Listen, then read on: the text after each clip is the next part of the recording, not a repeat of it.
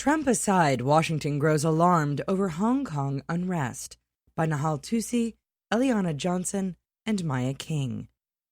Lawmakers and government officials across Washington, including some of President Donald Trump's top advisors, are growing increasingly alarmed about the unrest in Hong Kong.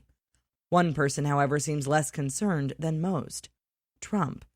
As pro-democracy protesters clash with police and as China hints that it may violently quell the demonstrations, the events in Hong Kong have laid bare the tough choices facing the U.S. when it comes to dealing with the communist-led government in Beijing. It is, after all, a major economic partner of the United States, but it also shows little sign of allowing for democracy.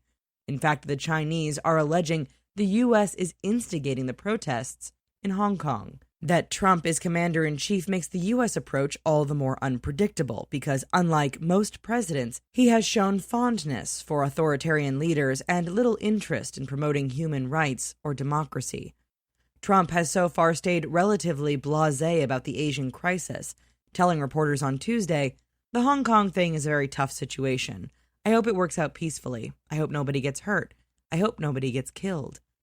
At the White House, however, aides to Trump, including his economic advisors, are watching events closely and worry that it could spiral out of control, according to a current and former White House official. It's not clear what, if anything, Trump wants to do in response, the sources said.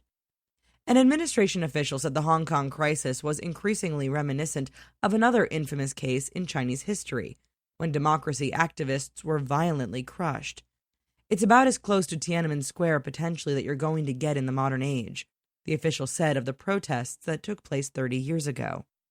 The official acknowledged that Trump appears less interested in the matter than the trade negotiations with China, but he said aides around the president were used to the way he prioritizes such things. "I'm confident that no one at the top levels feels that he said anything they're aware of to make them think he's going to prohibit any sort of course of action," he added. Top American lawmakers, meanwhile, are increasingly speaking out against Beijing, underscoring the growing and bipartisan anti-Chinese sentiment in the U.S. Capitol. On Tuesday, House Minority Leader Kevin McCarthy signaled his support for the protesters. "To the thousands of young people in Hong Kong who are speaking up for human rights and speaking out against the Communist Party of China, we see you waving the American flag. We hear you singing our national anthem," the California Republican tweeted. "America stands for freedom. America stands with Hong Kong." House Speaker Nancy Pelosi last week promised to push forward legislation that would penalize Chinese officials who infringe on Hong Kong's autonomy. In her statement, the California Democrat praised the courage of the protesters, standing up to a cowardly government that refuses to respect the rule of law. Also speaking out this week was Senator Elizabeth Warren of Massachusetts, who is running for president. She tweeted on Monday, "The people of Hong Kong are making clear that they will not tolerate repression, and their movement affirms the power is with the people.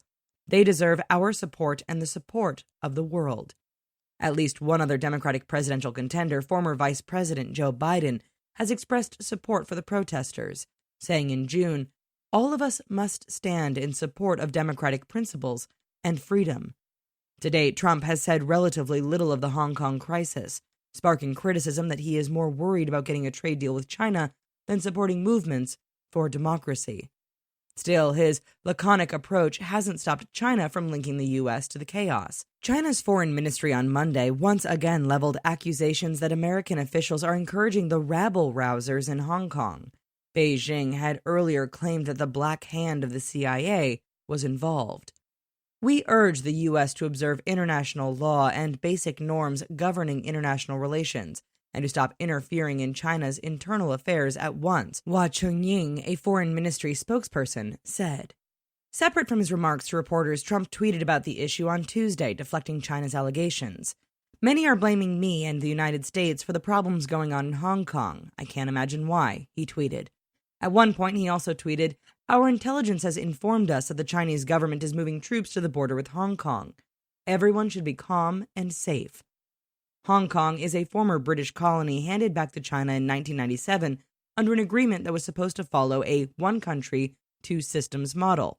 That effectively meant that people in Hong Kong could have more freedoms than Chinese living on the mainland.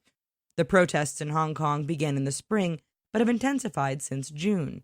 They were sparked by a proposal that would let some suspected criminals be extradited to the mainland, leading to fears that Beijing is trying to gain more control over the lives of Hong Kong residents. The protesters' demands have evolved to include calls for reforms that allow for a more democratic environment in Hong Kong. As the demonstrations have continued, China has escalated its threats and started using terms like terrorism to describe the demonstrations. In the past few days, protesters have clashed with riot police, including at the Hong Kong airport, one of the busiest in the world. The protests there have grown so large that officials canceled all incoming and outgoing flights on Monday and dozens more on Tuesday. Videos posted this week by Chinese propaganda outlets are said to show security forces amassing in Shenzhen, a city bordering Hong Kong. While the forces may be there to conduct exercises, the implied threat to the protesters was obvious. It was not clear whether the intelligence Trump referred to was the same as what was shown on the video. The president's comments regarding Hong Kong have been mild compared with how harsh he has been on the Chinese when it comes to striking a trade deal. Trump has claimed that Beijing is ripping off the United States, and he has imposed tariffs on China to force it to negotiate a new deal. But the Chinese have indicated that they are willing to bear the pain, at least for now. In a potential effort at diffusing those tensions, the Trump administration announced earlier Tuesday that it would deny import duties on cell phones, laptops, video game consoles, toys, and certain footwear and clothing made in China. The duties will take effect in mid-December, not September 1st, as Trump had originally wanted. Secretary of State Mike Pompeo and the State Department as a whole have taken a sharper approach to the topic of Hong Kong, although Pompeo, as always, is careful not to get too far ahead of Trump. On Tuesday, Pompeo met with Yang Jiechi, a high-ranking Chinese Communist Party official who deals with foreign affairs. The State Department readout of the meeting was a terse single sentence that said the pair had an extended exchange of views on U.S.-China relations. Last week, a State Department spokeswoman, Morgan Ortagus, sharply rebuked Beijing after its state-run media revealed personal details about a U.S. diplomat reported to have met with some of the pro-democracy movement's activists. Official Chinese media reports on our diplomat in Hong Kong have gone from irresponsible to dangerous, Ortagus tweeted. This must stop. Chinese authorities know full well our accredited consular personnel are just doing their jobs, just like diplomats from every other country.